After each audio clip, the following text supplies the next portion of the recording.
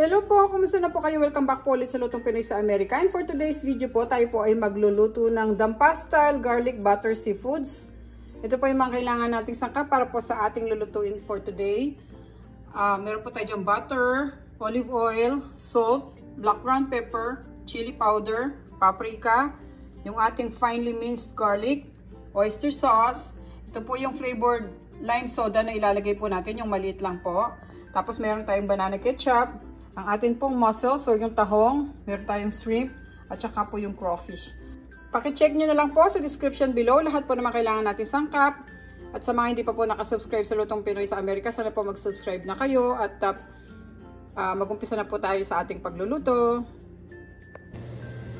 Nagpainit na ako ng kawali, pwede na natin ilagay yung ating butter.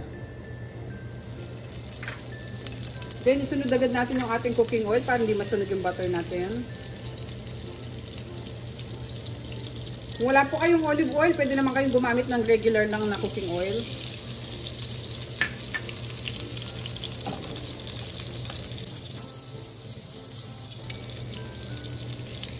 Tapos pwede na natin ilagay yung ating garlic. Mas maraming garlic po, mas masarap sa ating recipe na butter garlic.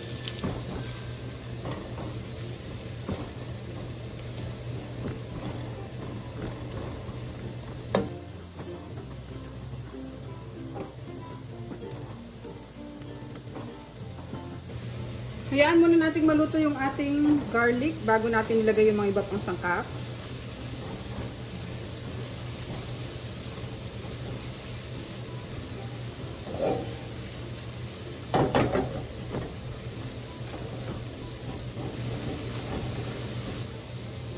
So ngayon guys, pwede ko nang ilagay itong ating mga seasoning, yung ating chili powder, paprika, salt, at yung black brown pepper. Mix muna natin.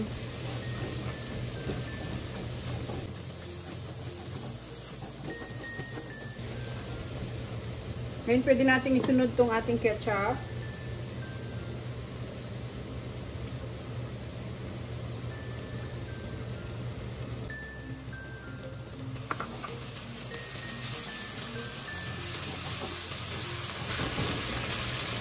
Lagay na rin natin yung ating oyster sauce.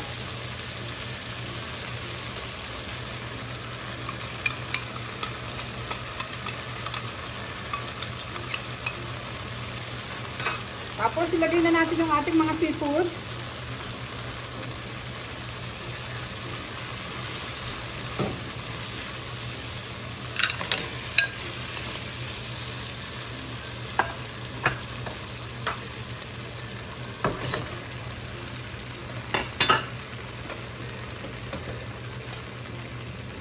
Natin.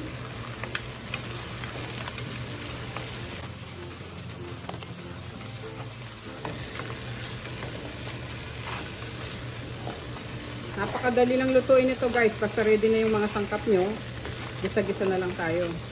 So ngayon bubuhos natin yung ating flavored soda.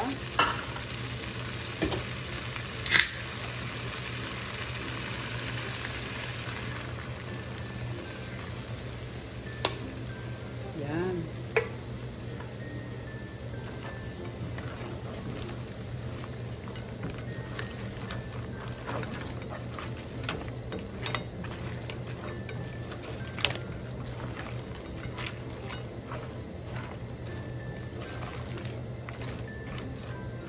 Lagyan muna natin ng takip, hintayin natin silang maluto.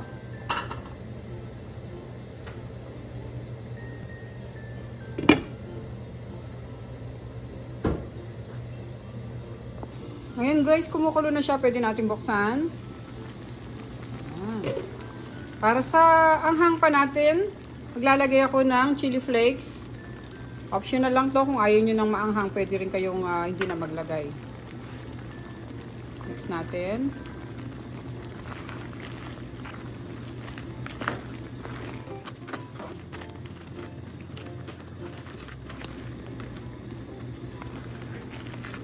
Hintayin pa natin maluto ng konti, pero wag natin silang i-overcook para hindi sila matigas. Lalo na yung ating tahong at saka yung ating shrimp.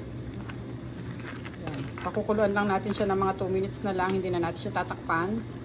Yan lang natin siyang kumukulo.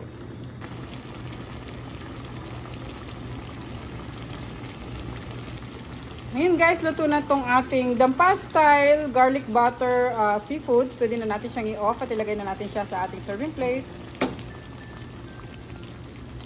Sarap yan, oh.